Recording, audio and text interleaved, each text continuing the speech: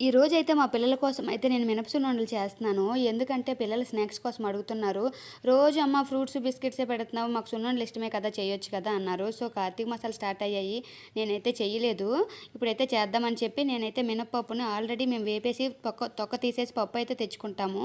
ఆ పప్పుని నేను మిక్సీ ఆడేశాను. పిండి చేసేసి షుగర్ కూడా మెత్తగా పౌడర్ చేసేసాను. పంచదార ఇంకా మినపప్పు పౌడర్ చేసేసి అందులో కొంచెం యాలకుల పౌడర్ అయితే వేసుకున్నాను. ఇంటి దగ్గర తెచ్చుకున్న నెయ్యే ఇదైతే.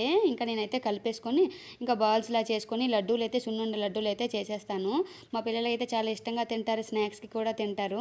ఇంకా మార్నింగ్ కూడా తొందరగా పూజ అయిపోయింది కదా! పూజ అయిపోయిన తర్వాత ఏం చేయాలి, టిఫిన్స్ అయిపోయినాక ఏదో ఒక టెంపుల్‌కెళ్దామని చెప్పి ఇంకా నేనైతే చేసుకుంటున్నాను. సో, స్వామిలైతే గుడికెళ్లారు మార్నింగ్ సన్నిధానంకి. నేనైతే మార్నింగ్ దోస చేశాను. దోస అయిపోయిన తర్వాత సున్నుండల ప్రోగ్రామ్ అయితే పెట్టుకున్నాను.